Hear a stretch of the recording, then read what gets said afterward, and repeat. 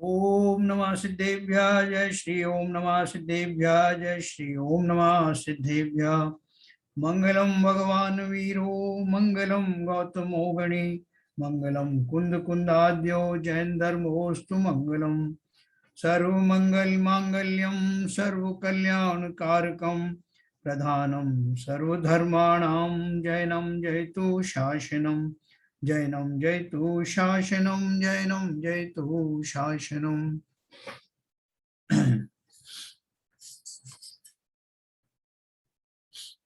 देखिए हमारा सब्जेक्ट चल रहा है। आज बहुत सारे लोग नहीं आए अभी तक।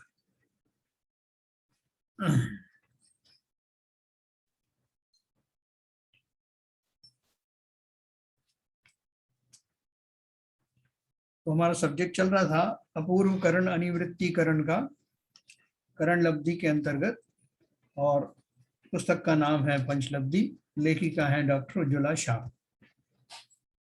तो देखिए हम बात कर रहे थे कल, हमने एक चार्ट देखा था और चार्ट द्वारा हमने ये पढ़ा था कि कैसे जीव के जो परिणाम है वो परिणाम जो है वो संख्या तो बढ़ती जाती है और उनमें शुद्धि बढ़ती जाती है, विशुद्धि, ये हमने पढ़ा था।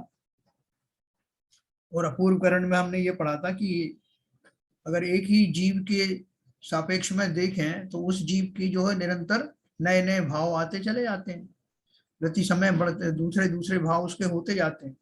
और ये भी पढ़ा था कि जो अगर और दूसरे मुनियों की अपेक्षा से, दूसरे जीवों की अपेक्षा से अपन देखें तो सभी जीव के पहले समय में जो परिणाम होते हैं वो दूसरे समय में होने वाले परिणाम से पीछे रहते हैं। तो इस तरह से अपन ने दो बातें कल अपूर्वकरण में पढ़ी थी। और फिर अपन ने ये अनिवृत्तीकरण में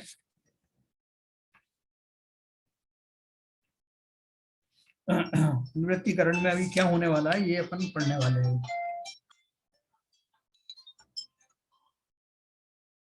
हेलो, हाँ जी,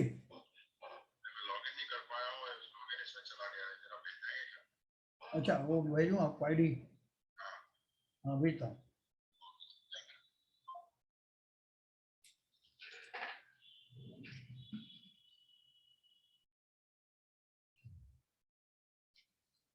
सीवी जैन साहब की आईडी निकल गई है, उसमें तो लॉग नहीं कर पा रहा है। मैं 1 मिनट में भेज देता हूँ।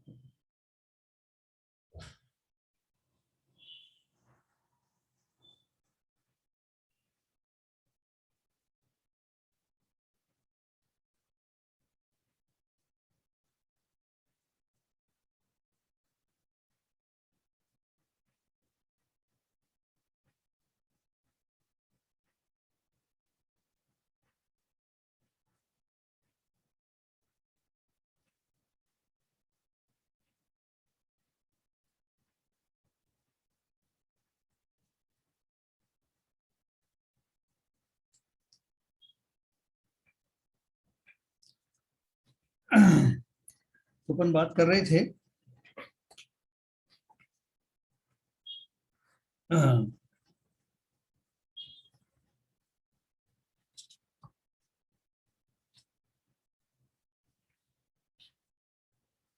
अपूर्वकरण की, हमारी बात चल रही थी। तो अपूर्वकरण में और अधेकरण में हमने अंतर देखा था। उसके बाद में उन्होंने ये दिया था, देखिए ये पेज नंबर 127 में सबसे नीचे वाला जो पैराग्राफ था, इसे भी हम कोष्टक यानी आकृति द्वारा समझेंगे। हमने पहले देखा था कि अपूर्वकरण का काल एक अंतर्मुहूर्त होता है, परंतु वह अधः प्रवृत्तकरण के अंतर्मुहूर्त काल के संख्यात में भाग प्रमाण होता है। हम मान लेते हैं कि उससे आधा अर्थात 8 समय का है, तथा अपूर्वकरण के सभी परिणाम 4096 हैं। प्रत्येक समय में जगन्य से उत्कृष्ट तक कितने परिणाम होते हैं उसे निम्न आकृति द्वारा समझेंगे। अपन ने ये समझा था, ये चार्ट में पेज नंबर 128 के ऊपर जो चार्ट दिया है उसमें 1 से लेकर 8 समय दिए हुए थे, कुल कुल परिणाम दिए हुए थे 456 से लेकर 568 तक। फिर उसके बाद में उन्होंने पहले जगन्य परिणाम से 456 उत्कृष्ट परिणाम फिर उसमें ऐड करते हुए चले गए थे ऊपर। ये चार्ट आपने देखा होगा। अभी वो ये बता रहे हैं कि यहाँ पर जो है वो ये जो क्या क्या जो है वहां पे चेंजेस होते हैं, वो चेंजेस अपन पढ़ रहे हैं अपूर्व करण के समय में क्या क्या घटना घटित होती है। तो उसमें बोला उन्होंने यहाँ पर इस करण में 4 आवश्यक होते हैं, पेज नंबर 129 पे दिया है। अब यहाँ जो 4 आवश्यक होते हैं उसका स्वरूप देखते हैं।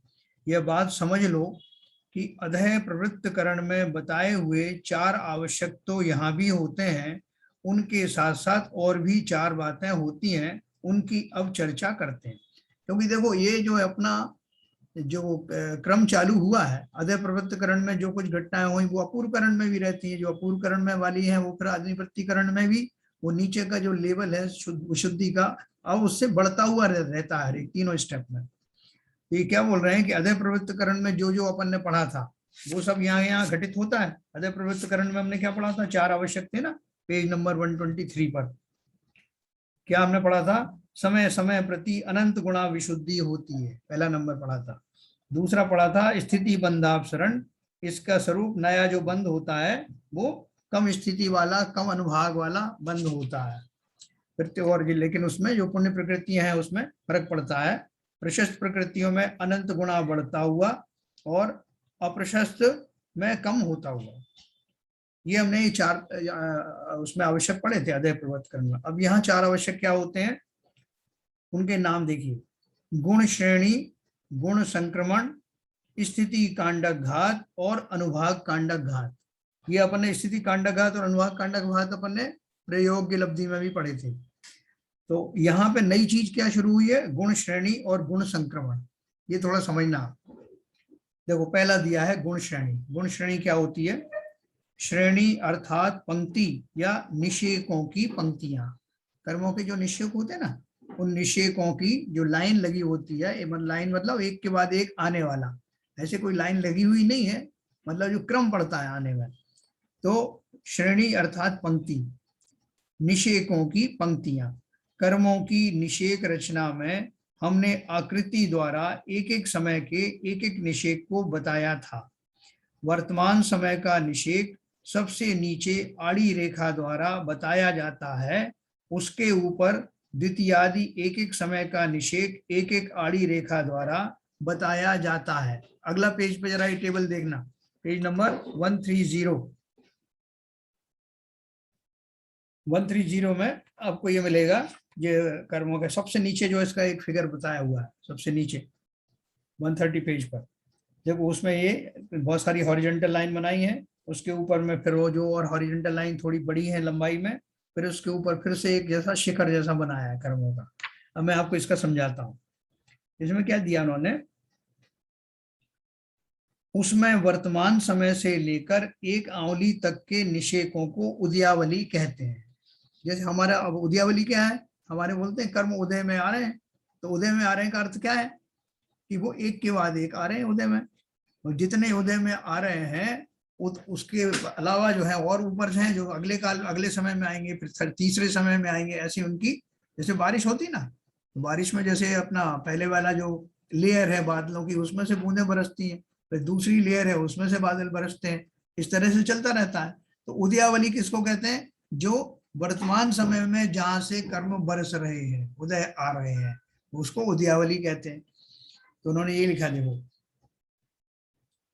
वर्तमान समय का निषेक सबसे नीचे आड़ी रेखा द्वारा बताया जाता है, उसके ऊपर द्वितीयादि एक एक समय का निषेक एक एक आड़ी रेखा द्वारा बताया जाता है। देखो जब बताया जा रहा है, ये 4 लिखे हुए नीचे उदयावली लिखा हुआ है, उसमें वर्तमान समय से लेकर एक आवली काल तक के निषेकों को उदयावली कहते हैं। जैसे अपन देखते हैं ना बारिश हो रही है, तो वो सपोज करिए कि बारिश जो है आपकी 1 मिनट की बारिश हुई, तो उसके बाद रुकती नहीं, प्रैक्टिकली वो अलग बात है। अगर मान के समझो कि एक मिनट की जो होने वाली जो बारिश है उसको हम उदयावली कहेंगे, मतलब वो जारी है वर्तमान में। और उसके बाद में जो उदय में आएगा वो उसका दूसरा निषेक आएगा, फिर तीसरा निषेक आएगा। ऐसे वर्तमान समय से लेकर एक आवली काल तक के निषेकों को उदयावली कहते हैं। ऊपर के निषेकों को उपरितन स्थिति कहते हैं। देखो इसमें एक उपरितन स्थिति बताई हुई है ना, उपरितन स्थिति में एक ऐसा घटते हुए आकार में एक ऐसा पर्वत जैसा बनाया हुआ, ये उपरितन स्थिति माना ऊपर की स्थिति है। नीचे की उद्यावली स्थिति बताई उन्होंने 4 लाइन से, कि जो वर्तमान में उदय में आ रहे हैं उसे उद्यावली कहा, और जो बाद में आने वाले हैं उनको उपरितन स्थिति कही है ना। परिणामों की विशुद्धि के निमित्त से सत्ता में पड़े हुए कर्मों का अपकर्षण होता है, अर्थात उनकी स्थिति कम होती है। देखो अपन ने एक थ्योरी तो पढ़ लिया कि भाई मेरे भावों की का निमित्त पा करके और कर्मों की जो स्थिति है वो घट जाती है, यानी जो कर्म मेरे बहुत दीर्घ काल तक उदय में आने वाले थे वो कर्मों की स्थिति घट जाएगी। तो घट जाएगी तो घटेगी कैसे, घटने की प्रक्रिया कैसे होगी, तो वो उन्होंने बताया कि घटने का अर्थ यह है, अगर घट गई तो इसका अर्थ क्या हुआ, जैसे मान लीजिए कोई कर्म मेरा 100 साल तक जो है उदय में आने वाला था, अब वो 100 साल से हट करके 2 साल की मेरी स्थिति रह गई, तो वो कर्म जाएंगे कहाँ, वो माल कहाँ जाएगा, उस माल को द्रव्य कहते हैं। वो जो द्रव्य है वो उतने 100 साल का पड़ा हुआ था ना, अब उसको घटाना है तो वो कैसे घटित होगा, ये खाली इसमें बताया हुआ है। गुण श्रेणी निर्जरापन पढ़ते ना, चाहे उनकी बहुत अनंत निर्जरा हुई तो वो कैसे होती है, कि वो 100 साल के जो परमाणु पड़े हुए थे वो आपके चंद समय में कैसे निकल जाएंगे, तो उनमें क्या घटित होता है, वो अपन को थोड़ा एक रोचक सब्जेक्ट है, थोड़ा सा गहराई समझेंगे समझ में आएगा। तो बोल रहे हैं ऊपर के निषेकों को उपरितन स्थिति कहते हैं। परिणामों की विशुद्धि के निमित्त से सत्ता में पड़े हुए कर्मों का अपकर्षण होता है, अर्थात उनकी स्थिति कम होती है, कम हो रही है ना। ऊपर के निषेकों के परमाणुओं की स्थिति घटने के कारण वे नीचे के निषेकों में आकर मिल जाते हैं। यहाँ ऊपर नीचे जो बताया जाता है वह समझने के लिए बताया जाता है, कर्म कहीं कतार से खड़े नहीं है। तो अभी इसमें क्या होगा, जैसे बरसात का मैंने आपको उदाहरण दिया है कि एक नॉर्मल बादल से बरसात हो रही है, लेकिन अभी किसी कारण से वो बादल फट जाते हैं। तो बादल फट जाने का अर्थ क्या है कि वो जो ऊपर की भी जो बूंदें थी वो जो बाद में बरसने वाली थी वो सब एक साथ बरस जाती है, तो बहुत तेज बारिश जैसी दिखाई देती है, लेकिन वो बादल फटने से जो काम जो है 10 घंटे में होने वाला था, 5 घंटे की बारिश होने वाली थी, वो चंद घंटों में चंद मिनटों में समाप्त हो जाता। तो यही स्थिति यहाँ हो रही कि मेरे भावों की विशुद्धि का निमित्त पा करके वो इतनी स्थिति वाले जो कर्म परमाणु थे वो उदयावली में जो अभी उदय में आ रहे उनके साथ आकर के मिल जाते हैं, और फलस्वरूप उनकी निर्जरा उतने ही काल में हो जाती है। तो यहाँ ऊपर नीचे जो बताया जाता है वह समझने के लिए बताया जाता है, कर्म कहीं कतार से खड़े नहीं है। अपकर्षित किए हुए परमाणु जिन विवक्षित पंक्तिबद्ध निषेकों में गुणित प्रमाण में दिए जाते हैं उतने निषेकों की गुण श्रेणी रचना होती है। देखो इस पेज के ऊपर में एक गुण श्रेणी लिखा हुआ है ना, आप देखो सब नीचे की 4 हॉरिजॉन्टल लाइन है, उसके ऊपर में वो 4 जो है ऐसी छोटी बड़ी ऐसी करके लाइन दी है ना काफी बड़ी, और उसके आगे लिखा है गुण श्रेणी। गुण श्रेणी का अर्थ क्या है, ये वो परमाणु हैं, ये वो निषेक हैं जिनमें ऊपर वाला जो द्रव्य है स्थिति घटने के कारण अब वो द्रव्य कहाँ जाए, तो ये जो जहां पर गुण श्रेणी लिखा है उस जगह के कर्मों के निषेकों में वो द्रव्य दिया जाता है, उसमें डाल दिया जाता है। तो ये बोल रहे हैं अपकर्षित हुए किए हुए परमाणु जिन विवक्षित पंक्तिबद्ध निषेकों में गुणित प्रमाण में दिए जाते हैं, मल्टीप्लिकेशन में बहुत सारे दिए जाते हैं, उतने निषेकों की गुण श्रेणी रचना होती है। एक समय में जितने परमाणु गुण श्रेणी में दिए जाते हैं उनका बंटवारा किस तरह होता है उसे देखते हैं। जस्ट आप थोड़ा एक रोचक मुद्रा में देखना, इसको ना रटने की जरूरत है ना इसमें परेशान होने की जरूरत है, खाली एक मैकेनिज्म समझाया है। सबसे नीचे के निषेक में जितने परमाणु या द्रव्य दिया जाता है उससे असंख्यात गुणा परमाणु दूसरे निषेक में दिए जाते हैं, इसलिए उन्होंने छोटी लाइन फिर बड़ी लाइन करके एक सबसे बड़ी लाइन बताई बीच में, ऐसे 4 लाइन बनाई। उससे असंख्यात गुणा परमाणु तीसरे निषेक में, इस तरह गुण श्रेणी के असंख्यात निषेकों में असंख्यात गुणा क्रम से दिए जाते हैं, है ना। जैसे अपन बादलों की बात कर रहे थे ना, तो बादलों में जो नीचे की लेयर है वो नीचे की लेयर में तो ज्यादा डिस्टर्बेंस नहीं हो रहा है, लेकिन अभी उससे ऊपर वाली जो लेयर है उसमें क्या होने वाला है कि वो सबसे ऊपर की लेयर वाले सब जो परमाणु हैं, बूंदे हैं, वो आकर के जो उद्यावली के ऊपर की जो लेयर है उसमें आके मिल जाने वाले हैं, और वो भी एक क्रम से होंगे, ऐसे उनकी लेयर सी बनेंगी। तो इन्होंने लिखा पूर्व के निषेकों में तो कर्म परमाणु थे ही, अब उनके साथ इतने सारे परमाणु और आकर मिल जाते हैं जो उनके साथ साथ उदय में आ जाएंगे। मान लो एक समय में 85 परमाणु का अपकर्षण होकर गुण श्रेणी में दिए गए। एक समय दिया आपको समझने के लिए, एक समय है, एक समय में आपके भावों का निमित्त पा करके 85 परमाणु जो है वो नीचे आ गए। तो अब उनका डिस्ट्रीब्यूशन करो, तो गुण श्रेणी, जो गुण श्रेणी दिखाई ना, जो उदयावली के जस्ट ऊपर, वहां आकर के उनको दिया जाएगा। तो कैसे दिया जाएगा? प्रथम निषेक में एक, मान लो उनमें 4 परमाणु है, 4 है निषेक, तो 4 में कैसे दिया जाएगा? प्रथम निषेक में 1, द्वितीय में 4, तीसरे में 16, चौथे में 64, ऐसे परमाणु दिए जाएंगे। कितने समय में दिया जाएंगे? देखो, प्रथम निषेक में इतना, ये पीछे चार्ट दिया ना, प्रथम निषेक में 1, द्वितीय निषेक में 4, तीसरे में 16, चौथे में 64, ऐसा मल्टीप्लिकेशन 4 से मल्टीप्लाई करते चले जाना। ये सब एग्जाम्पल के लिए हमने गुण श्रेणी 4 समयों की मान ली है, 4 समयों की गुण श्रेणी है, तथा असंख्यात का प्रमाण भी 4 के मल्टीपल में माना है।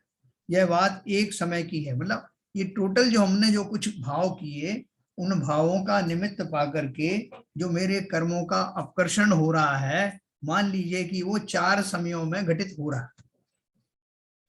4 समयों के अंदर अंदर वो जो मैंने भाव किए थे उनसे अपकर्षित होकर के जो परमाणु आएंगे वो कैसे आएंगे, है ना। अभी सिर्फ 4 समय की बात कर रहे हैं, तो 4 समय में कैसे कहा? यह बात एक समय की है, पहले एक समय की बात करते हैं। दूसरे समय में उससे भी असंख्यात गुणा परमाणु अपकर्षित होते हैं। मान लीजिए 85 है ना, 85 जो है अपन ने लिखा था, इसमें पीछे आया है, एक समय में 85 परमाणु का अपकर्षण होकर गुण श्रेणी में दिए गए। तो 4 समय में कितने दिए आएंगे? 85 इंटू 4, तो 85 इंटू 4 मतलब 340 परमाणु हैं, उनको मुझे कहीं भेजना है। तो कहाँ भेजूंगा? गुण श्रेणी में भेजूंगा। गुण श्रेणी कहाँ है? जो उदयावली है उससे ऊपर की जो लेयर है उसको मैं गुण श्रेणी कहता हूं। तो 85 इंटू 4, 4 समयों में दिए जाने वाले वो द्रव्य को मैं कैसे डिस्ट्रीब्यूट करता हूं ये देखा। तो मैंने कैसे डिस्ट्रीब्यूट किया? 85 इंटू 4 मतलब 340 परमाणु हैं, उनको मुझे बांटना है। और कहाँ बांटना है? गुण श्रेणी में बांटना है। तो वे भी उसी पद्धति से असंख्यात गुणा क्रम से दिए जाएंगे। प्रथम निषेक में 4, देखो इन्होंने 4 हॉरिजॉन्टल लाइन बनाई ना गुण श्रेणी की, छोटी लाइन फिर बड़ी लाइन, फिर ऐसी ऐसी सबसे बड़ी लाइन, ऐसी 4 लाइन आड़ीवत बनाई है। मतलब वो उन्होंने क्या किया? 4 निषेक बना दिए। अब 4 निषेक में से ऊपर से जो परमाणु आए उनको मैं कैसे कैसे देने वाला हूं। प्रथम निषेक में 4, द्वितीय में 16, तीसरे में 64 और चौथे में 256, है ना। देखो नीचे भी उन्होंने जस्ट जो मैंने पढ़ा उसके नीचे जो है इमीडिएटली दिखाया चार्ट में। ये पूर्व के निषेक बता दिए, 4 निषेक हैं, 4 समय के बता दिया, 1 2 3 4, 4 समय। प्रथम समय में पहले वाले में 1, दूसरे में 4, तीसरे में 16 और चौथे में 64, ऐसे ऊपर से आकर के बांट दी। द्वितीय समय में फिर क्या होगा? द्वितीय समय में फिर उसमें 4 से मल्टीप्लाई करेंगे, यहाँ 4, 16, 64, 256, ऐसे अलग अलग संख्याओं में वो जो परमाणु बांट दिए जाएंगे। जो 4 निषेक है ना, तो चारों निषेक में इस तरह से बंटवारा होगा 4 समय में। इसी प्रकार प्रति समय असंख्यात गुणाक्रम से परमाणु अपकर्षित होते हैं और गुण श्रेणी में दिए जाते हैं। जब वे निषेक उदय में आएंगे तब असंख्यात गुणा समय प्रबद्ध की निर्जरा होती है, इसे गुण श्रेणी निर्जरा कहते हैं। इन्होंने खाली ये समझाने के लिए आपको टेबल बताई है कि जो मेरे जो भावों का निमित्त पाकर के जो कर्मों का अपकर्षण हो रहा है, जिनकी स्थिति घट रही है, तो वो जो माल है, वो जो द्रव्य है, वो किस तरह से डिस्ट्रीब्यूट होता है। और जब वो डिस्ट्रीब्यूट होगा तो जैसे मैंने आपको बताया कि जैसे बादल नॉर्मल कोर्स में बरस रहे थे, अब वो बादल फट गया, तो वो समस्त पानी के जो परमाणु हैं वो कुछ ही मिनटों में आ जाएंगे, तो इसलिए वो जो स्थिति घटने की जो बात हो रही है वो इस तरह से हो रही है। अपने को उसमें मैकेनिज्म नहीं पढ़ना है, क्योंकि वो कर्म का काम कर्म करेंगे, लेकिन ये मैकेनिज्म ऐसा है। इसी प्रकार प्रति समय असंख्यात गुणाक्रम से परमाणु अपकर्षित होते हैं और गुण श्रेणी में दिए जाते हैं। जब वे निषेक उदय में आएंगे तब असंख्यात गुणा समय प्रबुद्ध की निर्जरा होती है। इसे गुण श्रेणी निर्जरा कहते हैं। समय प्रबुद्ध क्यों कहा? क्योंकि आपने देखा पहले समय में इतने द्रव्य आए, दूसरे समय में और ज्यादा आएगा, तीसरे समय में और ज्यादा आएगा। क्यों आएगा ज्यादा ज्यादा? क्योंकि मेरे परिणाम भी उसी तरह से निरंतर विशुद्ध होते जा रहे हैं। सीधा सीधा मैकेनिज्म है। आयु कर्म को छोड़कर अन्य 7 कर्मों में यह गुण श्रेणी रचना होती है। ये गुण श्रेणी रचना जो मैंने आपको बताया ना, ये जो उद्यावली के ऊपर में एक लेयर बना दी, वहां जाकर के वो कर्म आते रहते हैं, इसको गुण श्रेणी रचना कहते हैं। यहाँ तो जो गुण श्रेणी होती है वह उद्यावली के निषेकों के ऊपर के निषेकों में होती है। तो हम पूछेंगे कितने निषेकों में, अर्थात कितने समय वाले निषेकों में यह गुण श्रेणी होती है। उसका उत्तर यह है कि गुण श्रेणी का आयाम अर्थात निषेकों की संख्या समयों में बताते हैं। समय कितने समय तक का जो है द्रव्य आ जाएगा। अपूर्वकरण और अनिवृत्तिकरण दोनों का मिलाकर जो अंतर्मूर्त होता है उससे थोड़ा सा ये अधिक है ना। उसमें जितने समय होते हैं उतने समयों में अर्थात उन निषेकों में यह गुण श्रेणी रचना होती है। थोड़े अधिक का जो प्रमाण है उसे गुण शीर्ष श्रेणी शीर्ष कहते हैं। मतलब कुल मिला के वो क्या बोल रहे हैं कि ये कितनी लेयर बनेंगी और कितने कितनी दूर तक के कर्म जो है नीचे आ जाएंगे, तो उसको उन्होंने बजाय नंबर के बताने के समय बता दिया। जैसे अपन बोलते हैं भाई साहब यहाँ से जाने में ये कितना किलोमीटर पड़ेगा आपका घर, तो बोलते बस 10 मिनट का रास्ता, किलोमीटर नहीं बताया, अपन भी समझ जाते हैं। तो ऐसे उन्होंने नंबर ऑफ परमाणु बताने की बजाय ये बता दिया कि वो कितना समय जो है तक वो हो जाएगा खेल। तो उन्होंने बोला कि ये खेल कितनी देर में हो रहा है, जितना काल अपूर्वकरण और अनिवृत्तिकरण के समय को मिला के लगता है उससे थोड़ा सा और समय ज्यादा मिला करके तो वो गुण श्रेणी निर्जरा होती है। क्योंकि अभी हमारा एक और बाकी है ना, अनिवृत्तिकरण। तो इस तरह से ये इसकी रचना बहुत संक्षेप में ही समझना, बहुत ज्यादा दिमाग लगाने की जरूरत नहीं है। अपकर्षण किया हुआ द्रव्य गुण श्रेणी के ऊपर के शेष निषेकों में भी दिया जाता है, जिसे उपरितन स्थिति कहते हैं, परंतु यहाँ घटते हुए प्रमाण में दिया जाता है। इसे आकृति द्वारा समझते हैं। वो क्या बोल रहे हैं कि जितना द्रव्य ऊपर का आया है वो द्रव्य को मूल रूप से तो कहाँ दे दिया गया, ये गुण श्रेणी वाली जो जगह बताई वहां दे दी, जो उद्यावली के जस्ट ऊपर वाली लेयर है। और जो थोड़ा बहुत बच जाता है द्रव्य वो गुण श्रेणी के ऊपर की लेयर में दिया जाता है, जिसे उपरितन स्थिति कहते हैं। नीचे आप चार्ट देखोगे आपको बिल्कुल समझ में आ जाएगा, तो नीचे फिगर दिया है। प्रत्येक समय में कितने परमाणु अपकर्षण होकर नीचे आते हैं उसका भी एक गणित है जो हमें अभी पढ़ना नहीं है, ठीक है।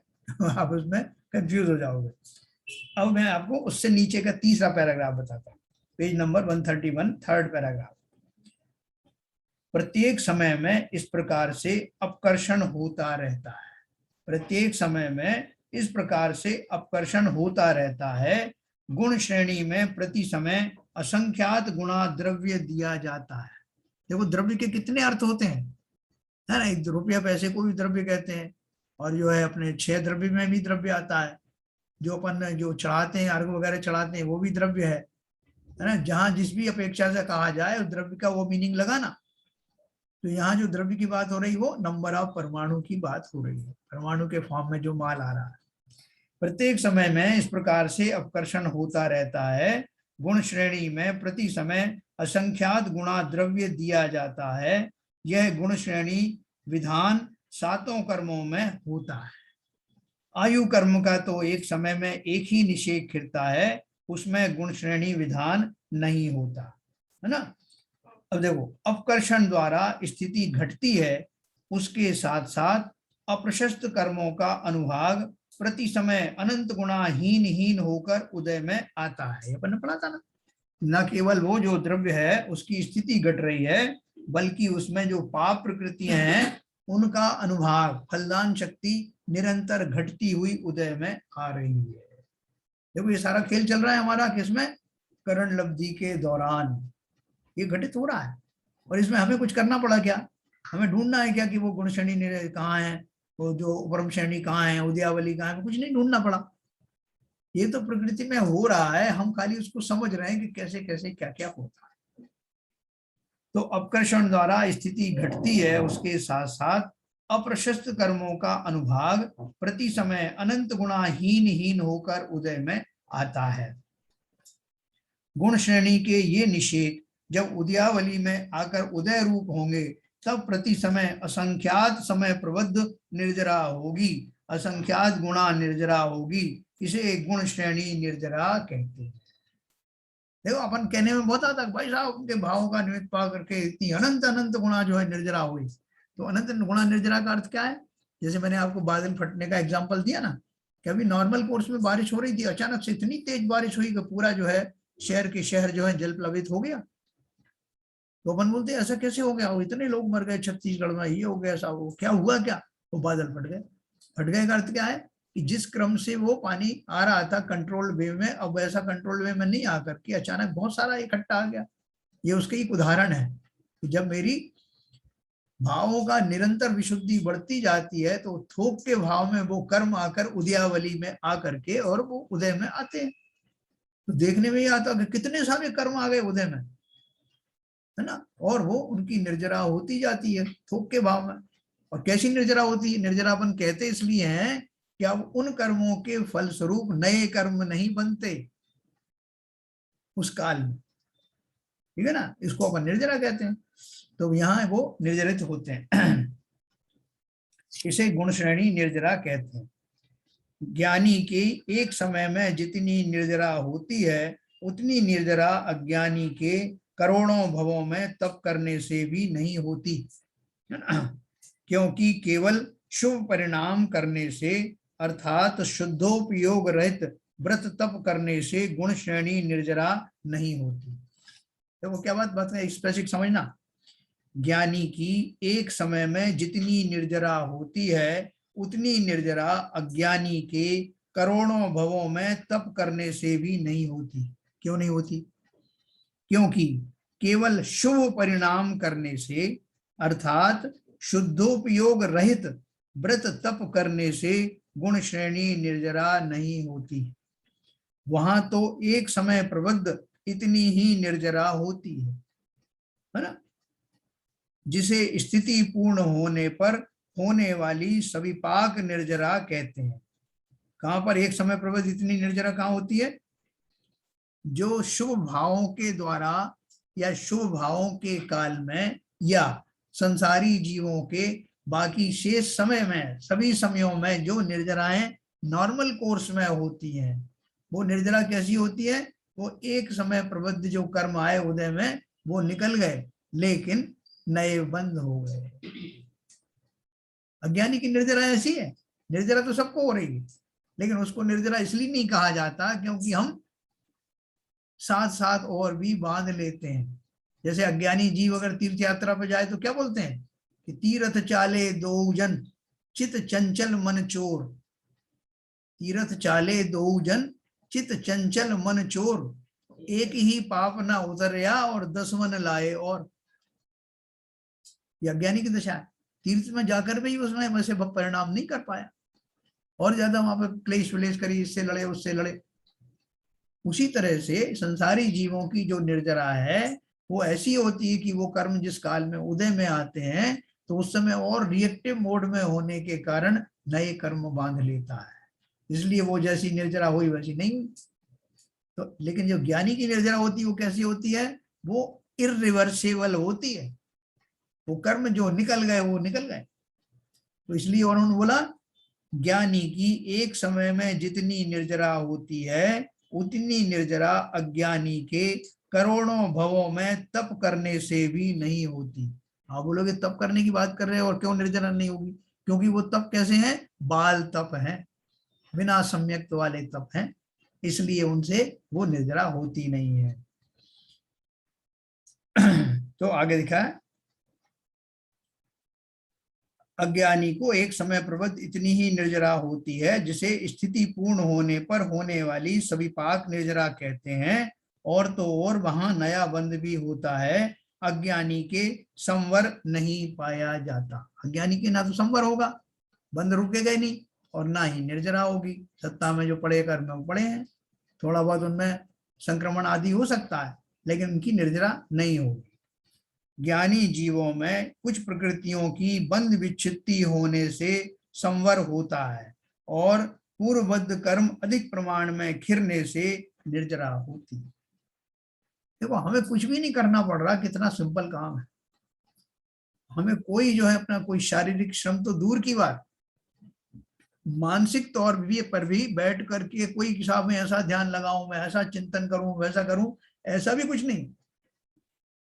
ये सहज दशा जीव की ऐसी होने लगती है, उसके भावों की श्रृंखला उस दिशा में चल पड़ती है, और उसके फलस्वरूप ये सब घटित होता है। मैंने क्या किया, अपने बारे में चिंतन किया, तत्व निर्णय के बारे में सोचा, अपना स्वरूप का चिंतन किया, भेद विज्ञान किया, और फलतः ऐसे कर्मों की दशा हो गई, ऐसे भावों की दिशा बदल गई। और उस दिशा के बदलाव के साथ ही क्या क्या हो गया, बहुत सारे कर्मों की प्रकृतियों की बंध विच्छित्ति हो गई। अब वो बंद नहीं हो रहे हैं, और जो बहुत सारे जो पहले से बंधे थे उनका भी अपन ने देखा था, और आगे देखेंगे उनका कैसे स्थिति और अनुभाग घट जाता है। पूर्वबद्ध कर्म अधिक प्रमाण में खिरने से निर्जरा होती है ना। यहाँ तो निर्जरा की बात आ गई सीधी सीधी। आप कहेंगे कि अभी तो अपूर्व करण की बात है, अब तक सम्यक की प्राप्ति तो हुई नहीं है, और उसके पूर्व भी आप गुण श्रेणी की निर्जरा की बात कैसे कर रहे हैं? उसका समाधान ये है कि करण परिणाम में ज्ञानोपयोग निज शुद्धात्मा के सन्मुख ही होता है। अभी अपन जो बात कर रहे हैं कि करण लब्धि में अभी जो है वो तो अभी थोड़ा सा तो दूर है ना दिल्ली, तो आपने तो अभी से सारी झड़ी लगा दी, ये फैसिलिटी मिल जाएगी, वो फैसिलिटी मिल जाएगी, आपकी निर्जराएं होने लगी, तो फिर आगे क्या करेंगे? और समय दर्शन हुआ ही नहीं, तो उसके बिना कैसे हो गया ये सब? वो बता रहे हैं, क्या बोल रहे हैं? समाधान ये है कि करण परिणाम में, मतलब करण लब्धि वाले परिणाम में ज्ञानोपयोग निज शुद्धात्मा के सन्मुख ही होता है। यानी ये सब जो हम कर रहे हैं वो कैसे हो रहा है? आत्मा का चिंतन चल रहा है ना, आत्मा की सानिध्य में, उसकी साक्षी में सारा कार्य घटित हो रहा है। तो आत्मा से मैं 1 to 1 हूं इस समय। जब मैं 1 to 1 हूं तो उस समय मेरे जो विशुद्धि का लेवल है वो इतना बढ़ गया, आत्मा मुझे दिखाई दे रही है, अनुभव में आ रही है, दिखाई देने का अनुभव में आ रही है। तो बोल रहे हैं निज शुद्ध आत्मा के सन्मुख ही होता है, परंतु परिणति में अभी मिथ्यात्व है, थोड़ा मिथ्यात्व बाकी है ना। परिणति में सत्ता में है मौजूद, लेकिन मेरा अभी, जैसे अपन किसी गुरु के पास पहुंच जाए सामने, तो मेरे पास अज्ञान तो अभी भी है ना, लेकिन गुरु के सामने बैठ करके इतना आंखें से आंखें मिलाता हूं तो मैं आनंद अश्रु बहने लगते हैं। जो उनकी बात चल रही है, मेरी बात चल रही है, जो इंटरेक्शन हो रहा है, मैं भूल जाता हूँ कि मेरे पास मिथ्यात्व का कचरा भी पड़ा हुआ है, वहां खो जाता हूं मैं। उसी तरह मेरा सबसे बड़ा गुरु मेरी स्वयं की आत्मा है। उस आत्मा का साक्षात्कार होते ही वो मिथ्यात्व मेरा है जैसा नहीं है, क्योंकि वो चंद सेकंडों की बात रह गई है और ऐसी विशुद्धि प्रकट हो गई। तो इसलिए गुण श्रेणी निर्जरा हो रही है। और क्या हो रहा है? हाँ, गुण श्रेणी निर्जरा जो हो रही है उसका उन्होंने कारण बताया। अत्यंत मंद होता हुआ अर्थात अनुभाग प्रति समय अनंत गुणाहीन होता हुआ मिथ्यात्व उदय में आता है। देखो हमारा उदय आ रहा है कि नहीं मिथ्यात्व का? मिथ्यात्व के जो परमाणु है निरंतर उदय में आ रहे हैं, इसलिए हम मिथ्या दृष्टि बने हुए हैं। जिस तरह शरीर के योग्य जो परमाणु हैं, कर्म परमाणु हैं, वो निरंतर उदय में आने से शरीर का वैसी आकृति बनी हुई है। आयु कर्म के निषेध खिरते जा रहे हैं, इसलिए आयु भी घटती जा रही। उसी तरह से सब निषेधों के बारे में बात है। तो यहाँ क्या हो रहा है कि मेरा जो मिथ्यात्व है, मिथ्यात्व तो मेरे अंदर है, अभी तक है लास्ट, तो वो अब वो निकल रहा है, जब जैसे हमेशा निकल रहा था। लेकिन अभी आप देखोगे थोक के भाव में मिथ्यात्व के परमाणु भी निकल रहे हैं। तो उसमें देखो किसी ने एक बड़ा अच्छा क्वेश्चन उठाया, अत्यंत मंद होता हुआ अर्थात अनुभाग प्रति समय अनंत गुणाहीन होता हुआ मिथ्यात्व उदय में आता है। देखो उस दिन वो आरपी जैन साहब पूछ रहे थे कि भाई मिथ्यात्व का कम होने का अर्थ क्या है, मिथ्यात्व है या नहीं है। तो यहाँ देखो आप, मिथ्यात्व के परमाणु है ना, मिथ्यात्व नाम का एक कर्म है और कर्म के परमाणु होते हैं। तो यहाँ कैसा आ रहा है मिथ्यात्व, अत्यंत हीन शक्ति वाला मिथ्यात्व, लेकिन थोक के भाव में आ रहा है, निकल रहा है।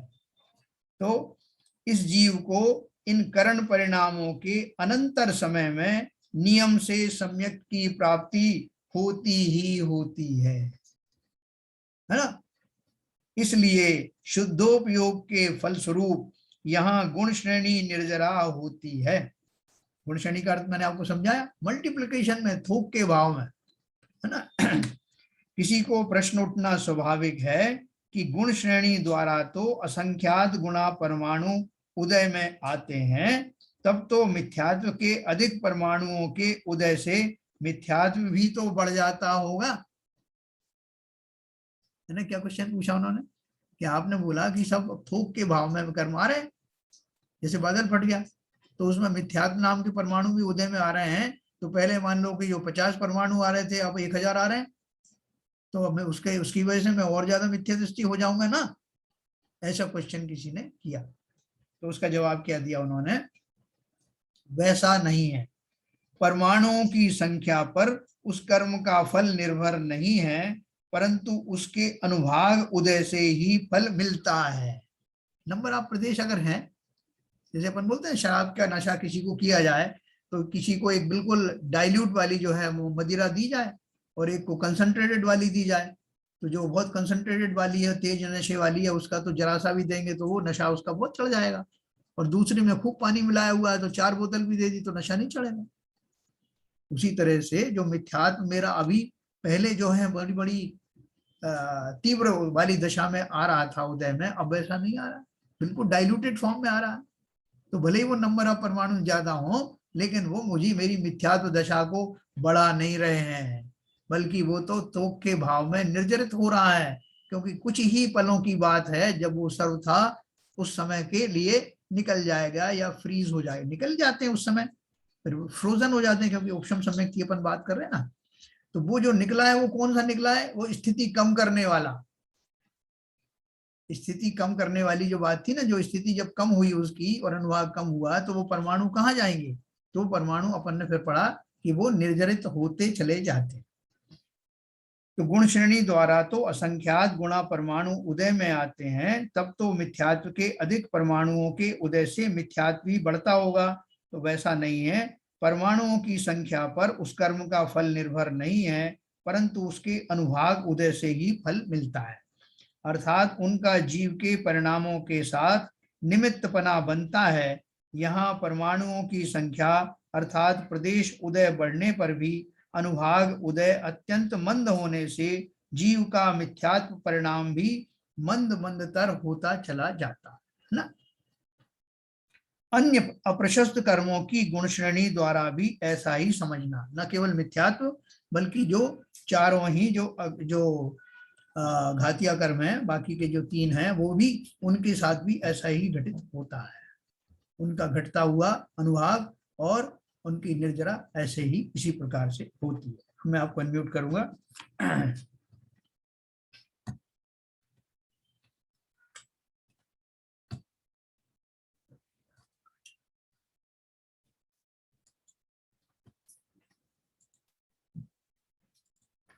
हाँ सर, कोई प्रश्न है? कंफ्यूज हो गए ज्यादा? नहीं बहुत सिस्टमेटिकली धीरे धीरे गए हैं। हाँ, कंफ्यूजन का तो ऐसा मेरा तो ऐसा कुछ है नहीं, बाकी लोगों से यार। हाँ एलन जी। सो अभी जब हमारे कर्म जो अभी लास्ट का जो आपने चैप्टर बताया, तो जब हमारा मिथ्या, तो एक तो कर्म बहुत थोक में आ रहे हैं, लेकिन और जल्दी उदय में आ गए, लेकिन हमारा उस टाइम में आप कह सकते हो कि इतना ज्ञान का वो उदय से चल रहा है कि वो उसका प्रभाव नहीं पड़ता, मतलब जो मिथ्यात्व हमारे को असर नहीं करता है। ये ऐसा हो गया कि जैसे बहुत ज्यादा पुण्य में छोटे छोटे पाप कर्मों का उदय आए तो उससे कोई फर्क नहीं पड़ता। हाँ नहीं, देखो मैंने आपको एक उदाहरण दिया ना, जैसे कि वो मैंने आपको शराब का उदाहरण दिया, तो वो शराब के नशे में जैसे हम अभी घोर मिथ्या दृष्टि है मान लीजिए, तो क्योंकि हमारा जो कर्मों का उदय आ रहा है निरंतर, वैसे ही घोर मिथ्यात्व वाले परमाणु उदय में आ रहे हैं, इसलिए हम इस तरह से दिखाई दे रहे हैं जैसे किसी को बहुत हल्का हो जाए, हल्की सी जो से खुमारी भर रह जाए, बाकी तो पूरा ज्ञानवंत हो गया। जैसे थोड़ा सा जरा मैं मुंह धो लूंगा तो और जरा क्लैरिटी आ जाएगी। तो सो के उठा, उससे बोल रहे हैं कि भाई साहब अभी भी नींद में हो क्या? तो वो दूसरे बोले नहीं बिल्कुल नींद में नहीं हूँ, थोड़ा सा जरूर मैं मुंह और धो लूंगा तो एकदम फ्रेश हो जाऊंगा। तो वो वाली स्थिति। नहीं, मैं इसमें बोलना चाहूंगा, जी जो शैलेंद्र जी ने बोला है कि जो तोके भाव में कर्मों का जो निर्जरा हो रही है, तो वो निर्जरा हो तो रही है, मगर विशुद्धि होने के कारण आगे बंद नहीं हो रहा है। वो तो एक बात है ही। हाँ। बात वो नहीं है कि वो बंद नहीं हो रहा है, ये बोल रहे हैं कि जिस समय वो उदय में आ रहे हैं उस समय वो जीव के भाव खराब होने के चांसेस हैं। नहीं, वो तो निर्जरा होती चली जा रही है। आप तो विशुद्धि में लगे हुए हैं, तो खराब होने का तो प्रश्न ही नहीं उठता। नवीन बंद होता नहीं है। इसका अर्थ ही ये है कि वो जीव के जो मिथ्यात्व वाले भाव हैं वो भाव भी बहुत हल्के किस्म के हैं, और जीव अभी जागृत अवस्था में है, उसको भेद विज्ञान की दशाएं चल रही हैं। बिल्कुल। तो इसलिए वो उस तरह से उससे व्याकुल हो गए नहीं, वो तो विशुद्धि में लगा हुआ है, व्याकुलता की तो बात ही नहीं है। इस समय तो विशुद्धि उसकी बढ़ती चली जा रही है, आत्मा का साक्षात्कार हो रहा है, तो उसके भाव तो खराब होने का सवाल ही नहीं है। ये तो उल्टा हो रहा है उसका, एक्चुअली इट्स रिवर्स प्रोसेस। जैसे जैसे रात्रि जो है ढलती जाती है वैसे वैसे प्रकाश बढ़ता जाता है। ये बढ़िया एग्जांपल है, बहुत बढ़िया सटीक एग्जांपल। करण लब्धि में भाव खराब होते ही नहीं है, वहां तो भाव के बराबर विशुद्धि हो रही है, सम्यकत्व प्राप्त होने वाला है, तो भाव खराब होने का सवाल ही नहीं, वहां भाव खराब होते ही नहीं है। जैसे करण लब्धि में प्रवेश किया तो भाव खराब होंगे ही नहीं। नहीं, वो क्या है, किसी ने ये प्रश्न किया लॉजिकली, उसने बोला कि जो मिथ्यात्व का जो कर्म नॉर्मल कोर्स में उदय में आ रहे थे, जैसे कि अभी मान लीजिए 5 परमाणु उदय में आ रहे हैं हर समय, सपोज करिए, तो उस समय जब जो गुण संक्रमण होता है तो गुण श्रेणी नजर आओ तो थोक के भाव में आते हैं, ऊपर के आने वाले जो आने वाले थे वो भी अभी आ रहे हैं जी। तो 5 की बजाय 5000 कर्म उदय में आ गए जी। तो वो कह रहे हैं कि हीन हो गए ना, हीन बराबर। और एक आपने जैसे एक एग्जाम्पल दिया कि बादल फट जाते हैं तो जैसे पानी बहुत सारा एक साथ गिर जाता है, और ऐसे ही जो आपने 4 निषेध बताए कि सबसे वाली नीचे वाली लाइन है बड़ी, सबसे बड़ी, और ऐसे का पिरामिड शेप में। हाँ। तो और इसका जो परमाणु आ रहे हैं वो 4 के मल्टीप्लिकेशन में आ रहे हैं, जैसे 4, 16। और लेकिन आपने जैसे पानी का उदाहरण दिया तो उसमें तो जब बादल फटा तो सबसे ज्यादा पानी तो फर्स्ट लेयर में आया, तो यहाँ तो सबसे नीचे वाली लेयर में 4 ही परमाणु है, धीरे धीरे मल्टीप्लाई हो रहे हैं, ऊपर ज्यादा इकट्ठे हो रहे हैं। तो जो उद्यावली है वो तो उसमें तो कम है, नेक्स्ट उद्यावली आएगी उसमें ज्यादा है। हाँ देखिए, जो पहली उद्यावली थी मैंने आपको बोला कि बादल फटने से पहले कुछ बादल बरस गए जी, है ना, उसके बाद में बादल फटने की घटना हुई जी। तो जो नॉर्मल उद्यावली चल रही थी वो नीचे दिखाई हुई है 4 लाइनों से, नॉर्मल उद्यावली चल रही है जी। और बादल फटने की जो है वो ऊपर वाली जो लेयर जहाँ गुण श्रेणी लिखा है वो वाली संज्ञा आप मान लीजिए कि थोड़ी देर नॉर्मल बारिश बरसते रहे और उसके बाद में ऊपर में एकदम वो बादल फटे तो वो सारी लेयर्स में जो है वो द्रव्य आ गया पूरा। तो मतलब आपने 4 का मल्टीप्लिकेशन जो आपने बताया, तो जो 4th लेयर है उसमें 56 है, उसमें सबसे ज्यादा है 4, 16 और 56। 1, 4, 16 और 56 इस तरह से हैं। तो 4th लेयर है उसमें सबसे ज्यादा द्रव्य इकट्ठा हुआ, द्रव्य परमाणु। हाँ देखिए, ये सारा जो है ये खाली आपको जो हाँ ये आपने बताया, केवल ज्यादा इसमें उलझना नहीं है। हाँ, लेकिन स्केच के द्वारा बताया गया है कि किस तरह से ऐसा प्रश्न उठा कि ऐसा मतलब जैसे ये हुआ था कि सबसे नीचे वाली लेयर में सबसे ज्यादा, तो नीचे वाली लेयर में सबसे ज्यादा नहीं हुआ, 4th लेयर में सबसे ज्यादा हो रहा है, इसलिए थोड़ा सा शंका हो गई। जैन साहब, सर ये जो गुणश्रेणी की लाइन है सर, गुणश्रेणी की जो लाइन है वो एक लाइन एक समय को रिप्रेजेंट कर रही है। गुणश्रेणी का जो कोनिकल शेप दिखाई है गुणश्रेणी, हाँ, तो इसमें जो 4 लाइन है तो एक लाइन एक समय को रिप्रेजेंट कर रही है। हाँ, गुणश्रेणी में वही दिया ना, देखो चार जो लेयर दिया है गुणश्रेणी का, ऊपर देखो गुण श्रेणी 4 समयों की मान ली है, ऊपर लिखा सबसे पहले। हाँ, तो जो प्रथम समय है वो पहली लाइन प्रथम समय, फिर दूसरे द्वितीय समय, ऐसा है। हाँ, दूसरे समय में उससे भी असंख्यात गुणा परमाणु आकर्षित होते, इसलिए हाँ, उन्होंने तो बड़ी इसीलिए- लाइन बताई। हाँ, उससे बड़ी इसलिए लाइन वो इसीलिए एक्चुअली है वो जो ऊपर जो प्रथम समय में 1, 4, 16, 64 दे रखी है ना, हाँ, उसका टोटल एक समय में इधर आ गया, तो द्वितीय समय में जितना टोटल है उतना दूसरी लाइन में आ गया, तो इस तरह से वो है एक्चुअली। हाँ, वो जो उसका ग्राफिकल रिप्रेजेंटेशन है, समझाने के लिए है, वो ऐसा नहीं कि विनीता जी नहीं, विनीता जी जो पूछ रही थी ना कि ये जो गुण श्रेणी में की जो लाइन है, हाँ, मुझे लगा शायद वो समय के बारे में थोड़ा कंफ्यूजन था उनको। ये जो लाइन है, ये एक लाइन एक समय को रिप्रेजेंट कर रही है। हाँ, बिल्कुल समय को कर रही है। गुण श्रेणी 4 समयों की मान ली, ऊपर लिखा ना 130 पेज पे सबसे ऊपर की लाइन। हाँ, तो इसलिए एक समय में उतने आ रहे थे इसमें। तो नीरजा जी समझ में आया? जैन साहब, हाँ बोलिए शिवजन। जैन साहब, जो नीरजा जी ने बेसिक डाउट रेज किया था, हाँ, कि जो आपने बादल का एग्जांपल दिया था, हाँ, तो पहला छोटा बादल से जो बरसात हुई तो उसका कुछ पानी गिरा, बराबर। उसके बाद जो बादल फटा बहुत सारा पानी आया। हाँ, तो मैं यहाँ मेरा अपना एनालिसिस एक्सप्लेनेशन ये है कि जिस लेयर की बात कर रहे हैं, तो जो पहले पानी पड़ा, जो उसके ऊपर वो एक लेयर बन गई, वो छोटी लेयर थी पानी की, और उसके ऊपर जब बादल पड़ा तो बड़ा पानी आया, मिक्स तो उसमें हो जाएगा, मगर मिक्स होने से पहले जो पहली लेयर थी कम क्वांटिटी वाटर की, उसके ऊपर बड़ी लेयर पानी आ गई, और बाद में दोनों पानी तो मिक्स होना ही है, वो इकट्ठा हो जाएगा। तो जो ग्राफिकल रिप्रेजेंटेशन यहाँ दिया हुआ है, जैसा ललित जी ने बताया, एक समय में एक, फिर उसके 4, 16, 64, तो जैसे उसी तरह से गुण श्रेणी में आपने दिया हुआ है। तो जो आपका बादल फटने का जो एग्जाम्पल था, वो सटीक एग्जाम्पल है कि उनकी निर्जरा जो एकदम इतने असंख्यात परमाणु आके हर समय में उसके मल्टीप्लिकेशन हो जा रहा है, तो वही आपने बादल फटने का एग्जाम्पल दिया, वो बिल्कुल सटीक एग्जाम्पल है। तो लेयर का जो कंसेप्ट था, वो हमें इमेजिनरी सोचना पड़ेगा कि वो छोटी लेयर, कम पानी की सेपरेशन लेयर थी समझने के लिए, बाद में पानी तो पूरा मिक्स हो ही जाएगा। ये मेरा मिक्स तो होगा, जैसे अभी अपन अब इसको अलग अलग ही समझे कि पहली लेयर में अगर ऊपर के परमाणु मिल गए तो थोड़ा पानी ज्यादा हो गया, पर और ऊपर के भी मिले तो और बड़ी लेयर हो गई, और बड़ा हो गया, और बड़ा ऐसे होता है। हाँ, तो मगर वो जो इमेजिनरी लेयर तो क्रिएट हुई ना, जैसे जैसे समय चेंज होता गया, बस एक समय से दूसरे में पदार्पण किया, तीसरे में किया, बराबर, तो उस समय जो बिगिनिंग और एंड में, पहले के एंड में दूसरे की बिगिनिंग में जो सेपरेशन लेयर बनी इमेजिनरी, वो एग्जांपल के लिए ग्राफिकल रिप्रेजेंटेशन दिया, जो मैं समझा। बिल्कुल ऐसे ही है, ऐसे ही। तो इसको ऐसे ही बोल सकते हैं, जो समय है जैसे 1, 2, 4 समय का जो लिया है, तो हर समय हमारी विशुद्धि भी बढ़ रही है, पहले समय जो, हाँ, पहले समय जो निर्जरा होती है, मेरा लॉजिक समझिए जो मैं कहना चाह रहा हूँ। पहले समय जो निर्जरा होगी वो पर्टिकुलर निषेक बता दिए, तो दूसरे समय में और ज्यादा होंगे क्योंकि विशुद्धि बढ़ चुकी है उस समय तक, तीसरे समय और बढ़ गए, चौथे समय और बढ़े, इसलिए वो ऊपर बढ़ती जा रही लाइन।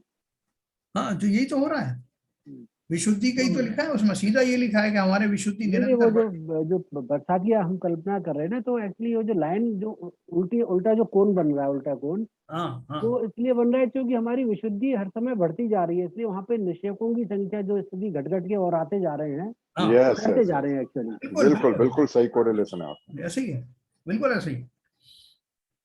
इसमें जो गुण श्रेणी में बेसिकली जो थोड़ा सा सिमिलरिटी स्थिति कांडक से भी है इसमें सर। गुण श्रेणी में उन्होंने देखो घात का मतलब जो स्थिति कम हो रही है, मतलब घात वाली चीज हो रही है सर इसमें तो नहीं। देखो गुण श्रेणी का इन्होंने क्या दिया है, गुण श्रेणी में किस तरह से वो जो नंबर ऑफ परमाणु इकट्ठे होते जा रहे हैं ना, गुण श्रेणी 4 समयों की मान ली। हाँ नहीं, वो तो बताया उस तरह से, पर बेसिकली जो स्थिति कांडक जो हमने पढ़ा था, स्थिति कम होने का जो उसके द्वारा तो हो रहा है। देखो ये स्थिति कांडक घाती तो हो रहा है, फिर वो अलग से भी दे रखा है इन्होंने, अलग से भी दे रखा है ना, आगे अलग से उसको है। गुण संक्रमण स्थिति कांडक अलग है सर। देखो कहाँ ये लिखा हुआ है, मतलब थोड़ा डिफरेंट तो होगा इसमें जो हो रहा है। देखो इसमें क्या लिखा, गुण श्रेणी क्या कहते हैं, गुण श्रेणी क्या होती है, फिर गुण संक्रमण क्या होता है, फिर स्थिति कांडक घात क्या होती है। स्थिति कांडक घात वो प्रोसीजर है जिसके द्वारा ये रिजल्ट आता है। समझा? स्थिति कांडघात में क्या होता है, जीव के विशुद्ध परिणामों का निमित्त पा करके स्थिति की में घटाव आता है, जिसके फलस्वरूप देखो उसमें एक थोड़ा सा फर्क ये है कि वो जो है वो निर्जरा की बात नहीं करते, वहां पे खाली स्थिति कम होने की बात कर रहे हैं। और यहाँ गुण श्रेणी में जो क्या बात हो रही है कि वो जो है वो जो द्रव्य है या जो स्थिति कम होती है तो वो कहाँ जाता है, अल्टीमेटली वो द्रव्य कहाँ जाएगा, हवा में तो नहीं उड़ जाएगा, उसकी निर्जरा हो रही है, बिखर रहे हैं। वो उसका मैकेनिज्म बता रहे हैं कि जो स्थिति कांडक घात द्वारा होने वाली प्रक्रिया से जो कर्मों की स्थिति घटती है तो वो घटा हुआ द्रव्य वो कहाँ जाता है, गुण श्रेणी में आके उसकी निर्जरा होती है। जब पहले आपने बताए थे ना 4 आवश्यक बताए थे इसके, गुण श्रेणी, गुण संक्रमण, स्थिति कांडक घात और अनुभाग कांडक घात। यस सर, 4 आवश्यक अपूर्वकरण के 10 पर बताए थे आपने। 10 हाँ वो थे ना। तो ये जैसे अधाकरण में 4 आवश्यक बताए हैं आपने, ऐसे अपूर्वकरण में 4 आवश्यक है। यस, तो गुण श्रेणी आपने बता दिया, बाद में स्थिति कांडक अनुभाग ये सब और आगे आएंगे। ये अलग अलग मतलब ये है क्या? ये नहीं, आप बोले कि एक ही चीज है, अभी आपने मिला दिया इनको स्थिति कांडक को, लेकिन इसमें अलग अलग है सर। हाँ अलग अलग है, लेकिन जैसे मैंने बताया कि वो एक तो है प्रक्रिया, उस प्रक्रिया के फलस्वरूप उस द्रव्य को कहाँ दिया जाता है, इसलिए उन्होंने गुण श्रेणी आपको बताया, क्योंकि इससे महिमा बहुत आती है। अरे साहब मेरी थोक के भाव में निर्जरा हो रही है, तो निर्जरा किसकी हो रही, वो कर्म कहाँ से आ रहे हैं? वो जो मैंने स्थिति कांडक घात और अनुभाग कांडक घात द्वारा जो काम शुरू किया था वो क्या है, वो भी मेरे भावों की विशुद्धि के फलस्वरूप होने वाली घटनाएं हैं। सर क्या है कि ये जो चारों का जो वर्णन किया हुआ है, उनको जो सीरियली नंबर रखा हुआ है, अगर इसको पहले अनुभाग स्थिति कांडक घात, अनुभाग कांडक घात पहले कर देते, उसके बाद गुण श्रेणी और गुण संक्रमण करते तो वो लॉजिक मिलता। पहले आपने गुण श्रेणी का वर्णन कर दिया, अब उसमें जो प्रक्रिया हो रही है वो स्थिति कांडक घात से हो रही है ना, इसलिए वो कंफ्यूजन आ रहा है मेरे हिसाब से, और कुछ नहीं। ललित जी मैं ठीक कह रहा हूँ? हाँ जी। जनरल मैं एक बेसिक बात करना चाह रहा था कि यदि ये तो खैर हम जो कर्ण लब्धि का है, सम्यक दर्शन का है, लेकिन हम रेगुलर में जो सहज भाव से समायक और वो ध्यान करते रहें तो कर्म तो ढीले पड़ना चालू हो ही जाएंगे उसमें भी, क्योंकि फर्क यहाँ पे भी वही लगेगा। जैसे यदि हम लोग सहज भाव से अपना ध्यान लगाएं कर्म और रोजाना सामायिक करें, घंटे 2 घंटे बैठे ध्यान में, 1 आध घंटे बैठे, आधा घंटे भी बैठे शुरू करें, तो कर्म तो ढीले पड़ने लग जाएंगे फिर उसमें भी, क्योंकि प्रभाव तो वो ही आएगा। देखो शैलन जी मैं आपको एक बहुत बढ़िया बात साथ में ये सर, एक मिनट, साथ में ये है कि वो भाव मतलब ये क्या नाम है, कर्मों की जो है वो निर्जरा तब होगी जब आप वेद विज्ञान करेंगे, तत्व चिंतन करेंगे, तब जाके कर्मों की निर्जरा होगी। ये देखो ये ऐसे नहीं होगी, वो तो मिथ्या दृष्टि में आ जाओगे फिर तो आप। ये क्या बोल रहा है, देखो अपन ने ये पढ़ा था ना अभी कि उसमें आया था ना जो अपन ने गुण संक्रमण से पहले अपन ने ये पढ़ा ना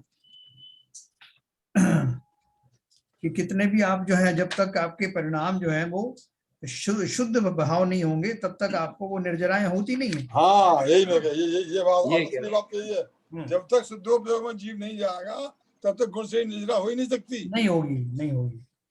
ये बहुत स्पष्ट है। और कर्ण की पद्धति चलती है तो अधय कर्ण तक नहीं कुछ होता, और अधय कर्ण अपूर्व कर्ण तक नहीं होता, फिर जब अनुवृत्ति कर्ण में जब जाता है जीव शुद्धोपयोग के बिल्कुल निकट होता है और बिल्कुल सम्यक दर्शन पक्का हो जाता है, बिल्कुल उसे ज्यादा हो कि ये दोनों मिल जाते हैं बिल्कुल। उस समय बात बताई गई है कि गुण से निर्जरा की।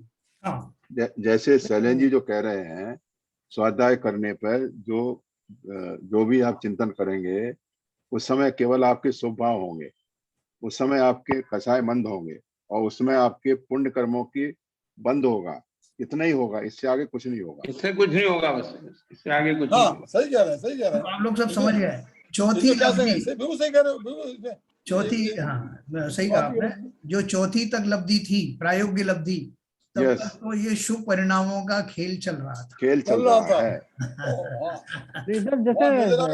जैसा शैलेन जी बता रहे हैं वैसा करने से नए बंधों का बंधना रिलेटिवली कम हो जाएगा, मतलब कुछ तो कम हो जाएगा। अगर मान लो जो सही बात बोल रहे हैं वैसा ना करें हम, नॉर्मल जैसा भी चल रहा है वैसे चलता रहे, और जो शैलेंद्र जी ने बताया वैसा करें, तो हमारे नए काम तो कम बनेंगे उससे। तो इसलिए निर्जरा जब आपके मंद कसाय हो गए, सुबह हो गए, पुण्य बंद हो रहे हैं, नए बंद भी आपके कम बंद हो रहे हैं। हाँ, कम बंद, तो वैसा भी कर सकते हैं। मतलब बंद कम हो जाएगा, बात हो रही है निर्जरा वाली स्थिति नहीं आएगी। निर्जरा मतलब हाँ, जो नेचुरल निर्जरा हो रही है। तो मेरा ये सर्च था कि जो ढीले पड़ने का जो चालू है प्रोसेस, कि जैसे हमारा समय सदुपयोग, जैसे हमारा समय मंद कसाय में ज्यादा लगने लगा, घंटे 2 घंटे बढ़ने लगे, तो एक तो जो संसार से घंटे 2 घंटे हमारे जो पुण्य पाप कर्म बनते थे वो कम हो गए। यस, ठीक है, तो वो कम होने से फिर आपकी यदि जब उससे जैसे आपकी जो बढ़ती है तो उससे थोड़ा तो ढीलापन पड़ता है, क्योंकि जब रस्सी आप एकदम तो टाइट नहीं कर सकते हैं, तो धीरे धीरे ही वो कसना चालू होती है। सर, तो आप अभी ये जो लब्धि तक पहुंचने के लिए आचार विचार नियम और ये मतलब आपके सामायिक ये कंटिन्यूस करेंगे, तब हम किसी टाइम में जाके बिल्कुल लब्धि की तैयारी कर सकते हैं। देखो, आपने जो बात कही वो आपने अनजाने में ही वो 4 लब्धियों की बात कर दी। क्षयोपशम लब्धि, विशुद्धि लब्धि, देशना लब्धि, प्रायोगिक लब्धि। वहां तक तो ये सारा वही खेल चल रहा है जो आप कह रहे हो। उनके द्वारा ही तो ये जीव यहाँ तक आया। यस। अब उसके भावों का लेवल वैसा बढ़ गया, अब वो जो शुद्धोपयोग करने के योग्य हो गया। समझे ना बात? और वो कैसे आई? वो चारों लब्धि के बिना थोड़ी आई। और वो जो चैलेंज जी कह रहे हैं वो इसकी प्रिपरेटरी है, प्रिपरेटरी है, प्रैक्टिस है, वो अपन कर रहे हैं और करना चाहिए। देखो, मैं आपको एक बहुत बढ़िया बात जाते जाते बताता हूँ। अभी तक हम कितने व्यापारों में, कितनी सारी चीजों में जुड़े हुए हैं, संसार के कार्यों में, बहुत सारी राजनीतियों में, बहुत सारी उठापटक करने में, समाज में इसको नीचा दिखाना, उसको ऊंचा दिखाना, अपनी सुप्रीमेसी रखना है, सब जगह मेरा इन्वॉल्वमेंट होना चाहिए, इस सब चीजों में अभी तक पड़े हुए हैं। बच्चों को जो है उसको वो देना, अपना गाइडेंस के इसमें लगा दे तो इतना पैसा मिल जाएगा, उसमें कर दे। ये सब जो हम भावों में लगे हुए हैं, इसमें कहीं कहीं ढील आ नहीं रही। हम स्वाध्याय भी करते हैं, सब कुछ करते हैं, लेकिन इसको उतने समय तक ही सीमित रखते हैं कि मैंने 1 घंटा स्वाध्याय कर लिया बस, और क्या है। लेकिन वो जो जीवन में नहीं आ रहा है तो वो पूरा लाभ हो नहीं रहा। अगर आपने ये अटके हुए हैं, बिल्कुल वहीं के बने हुए हैं। हमारे हर एक एक्शन से लोगों को ये लग रहा है कि जो आचा 1 घंटे बैठ के रोज स्वाध्याय करते हैं, इनका फर्क क्या पड़ा इनके भावों में? आज भी उनमें वैसे ही जो है लोभ परिणाम है, वैसे ही मानकशाएं हैं, वैसे ही मायाचार्य हैं। क्या बदला क्या? तो वो तो बाद में कहेंगे। हम खुद भी तो सोचो ना, हमने क्या पढ़ा। बहुत बढ़िया। अपना परिणाम खुद टटोलो। क्या मैं उनसे विमुख हुआ हूँ, या अभी भी मुझे वैसे ही भाव आते हैं? मैं इससे ऊपर नहीं, मंदिर जी में तो फर्क पड़ा है साहब। मेरा तो इन्वॉल्वमेंट बहुत कम हो गया। बहुत अच्छा किया है सर आपने। हाँ, बहुत इन्वॉल्वमेंट एकदम कम हो गया। पहले जो बात में वो मंदिर जी में उखाड़ना हो जाता था, आजकल नहीं होता है, बिल्कुल नहीं होता है। नहीं, ये आपके एक्शन पे हंसी आती है लोगों के। आपके पुरुषार्थ का फल है सर, आपके डिटरमिनेशन का फल है ये। हमें उन चीजों में उतना रस नहीं लेना है, संसार की चीजों में। हमने क्या प्राप्त किया? हमने वैसे ही रस ले रहे हैं आज भी। है उसको नीचा कर दूं, उसको ऊंचा कर दूं, उसने ये गलत कर दिया, उसने वो सही कर दिया। हमारे पास टाइम ही नहीं होना चाहिए ये सब सोचने के लिए। व्यस्त हो जाऊं मैं अपने आत्मोद्धार में, जो कुछ रात को पड़ा है उसकी जुगाली करना, दिन भर उसको हजम करना। जो पदमचंद जी बोल रहे हैं, ये जब भी जैसे हमारी कोई मीटिंग होती है, तो कभी कभी एकदम कोई बात अपने जैसे नहीं हो रहा, काम नहीं हो पा रहा, तो भाव आता था, तो उसी वक्त का मंद हो जाता है। अरे नहीं, अपने को नहीं करना है, कुछ नहीं करना है, बातों को संभालना है, अपने को उसमें जाना नहीं है। हर आत्मा एक दूसरी आत्मा सब एक समान है, किसी को ऊंचा नीचा नहीं देखना है। यही धारण करने की प्रोसेस यही है। जो धारणा की बात करते हैं कि भाई जो पढ़ा लिखा है उसको कुछ तो कर्म में उतारे, तो धारण करने की जो प्रोसेस है वो यही है। अभी आप देखो व्हाट्सएप ग्रुप के ऊपर में, वो हमारा एक इंजीनियरिंग कॉलेज का एक ग्रुप है, वो मैं उसमें देखता रहता हूँ। किसी ने कुछ लिखा तो दूसरे ने उसके खिलाफ लिखा, फिर उसको आहत हुआ तो उसने 10 बातें उसको लिख दी। करते करते एक दूसरे के खिलाफ, ना किसी का कुछ लेना ना देना। ग्रुप में होता है, बिना बात के बैर आप बांध रहे। उसी तरह से हम अपना हमारे जो जो हमारा बिहेवियर है, व्यवहार है, वो झलकना चाहिए कि अब मैं वैसा नहीं रहा पहले जैसा। लेकिन अगर आज भी मेरे परिणाम वैसे ही दिखते हैं, मैं अपने आप को उत्कृष्ट मानता हूँ, दूसरों से अपने को ऊपर मानता हूँ, उसको नीचा दिखाना चाहे, तो मैंने क्या प्राप्त किया? मैं वहीं खड़ा हुआ हूँ और उसको मैंने बदनाम किया, धर्म को। देखने वाले यही कहेंगे कि एक एक घंटे लगे रहते हैं पुजारी जी, क्या किया इन्होंने, क्या हासिल हुआ? इसलिए हम तो भैया इस तरफ जाते ही नहीं। लोग ये कहते हुए मिलेंगे आपको। इसलिए अपनी एग्जाम्पल सेट करना, न केवल दूसरों की नजरों में बल्कि स्वयं की नजरों में कि मैंने क्या प्राप्त किया, तब तो हमारा सार्थक है स्वाध्याय, नहीं कोई काम करना। चलिए समय हो गया, जिनवाणी स्तुति करें।